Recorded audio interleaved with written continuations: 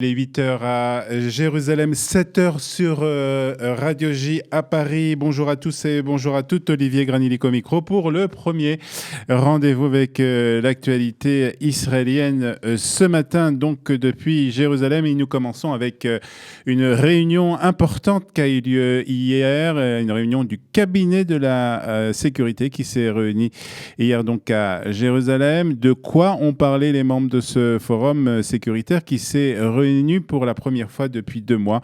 Il a donc été question de l'attaque iranienne réalisée il y a quelques semaines en Arabie Saoudite.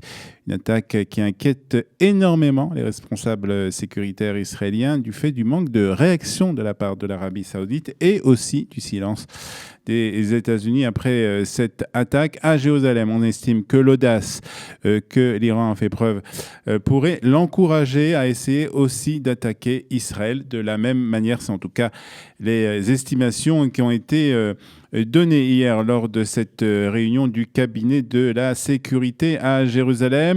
Le Premier ministre Benjamin Netanyahou et aussi le président Reuven Rivlin avaient tous les deux mentionné les besoins cruciaux en matière de sécurité ces derniers jours en appelant à la formation d'un large gouvernement d'union nationale. C'était la semaine dernière, bien entendu, et Gabi Ashkenazi, le président du parti Kahol Lavan, qui a été nouvellement nommé à la tête de la puissante commission des affaires étrangères et de la défense à la Knesset, avait lui aussi également parlé jeudi de nombreux défis dans le domaine de la sécurité, certains connus de tous et d'autres qui ne seront discutés qu'à huis clos. C'est ce qu'avait déclaré en tout cas Gabi Ashkenazi. Les avocats de Benjamin Netanyahou se rendront ce matin au ministère de la Justice à Jérusalem pour la dernière audience. Ils présenteront, comme ils l'ont fait ces 3 derniers jours, des arguments pour tenter d'innocenter le Premier ministre dans les différents dossiers dans lesquels Benjamin Netanyahou est impliqué. Hier aussi, au terme d'une nouvelle journée d'audience, les avocats de Benjamin Netanyahou étaient confiants. Quand nous aurons fini avec nos arguments, ils n'auront pas d'autre choix que de classer l'affaire. C'est ce qu'a déclaré en tout cas Amit Haddad, qui est l'un des avocats de Benjamin Netanyahou. Par contre, ils ont été surpris. Les avocats de Benjamin Netanyahou ont été surpris hier de constater que la procureure chargée des 3 affaires de corruption dont fait l'objet Benjamin Netanyahou était tout simplement absente. Liat Ben-Ari, qui dirige le département des crimes économiques et fiscaux au sein du ministère de la Justice, n'a pas assisté aux derniers jours d'audience puisqu'elle est partie en vacances avec sa famille.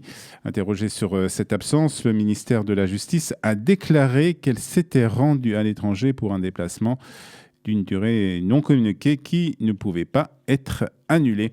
Les avocats du Premier ministre ont vivement critiqué l'attitude de Liat Ben-Ari. Alors que le nombre de meurtres dans le secteur arabe atteint de nouveaux records, 72 morts depuis le début de l'année, et que les manifestations se poursuivent, le Premier ministre a exhorté hier les dirigeants arabes à travailler avec les autorités pour contrer la violence dans le secteur arabe. Benjamin Netanyahou a appelé les dirigeants arabes israéliens à travailler conjointement avec les forces de l'ordre et leur a demandé de s'abstenir de toute violence lors des manifestations. Le Premier ministre s'est aussi entretenu avec le ministre de la Sécurité intérieure, Gilad Erdan, et ils ont notamment convenu d'affecter des forces de police supplémentaires pour lutter contre la violence et les crimes au sein de la communauté arabe du pays. Le ministre des Affaires étrangères Israël Katz a confirmé hier que des traités de non-agression avec plusieurs pays arabes étaient en cours d'élaboration. Une démarche historique, selon le ministre des Affaires étrangères, qui pourrait mettre un terme au conflit entre Jérusalem et certains États arabes. Israël Katz a confirmé qu'il avait présenté son projet d'accord à plusieurs ministres des Affaires étrangères arabes au cours de sa visite à New York la semaine dernière, en marge de l'Assemblée générale des Nations unies. Il a aussi déclaré avoir évoqué la proposition avec l'envoyé spécial sortant pour le processus de paix de l'administration américaine, Jason Greenblatt. Je continuerai à œuvrer et à renforcer la place d'Israël dans la région et dans le monde, a promis hier donc Israël Katz, le ministre israélien des Affaires étrangères. Et puis tragédie en Thaïlande avec une Israélienne de 22 ans qui est morte dans une île donc de Thaïlande alors qu'elle était en vacances avec sa famille. Le ministère des Affaires étrangères a indiqué que son consulat à Bangkok prenait des dispositions pour que le corps de la jeune fille soit rapatrié en Israël pour y être enterré. Et puis on termine avec une découverte archéologique. L'autorité israélienne des antiquités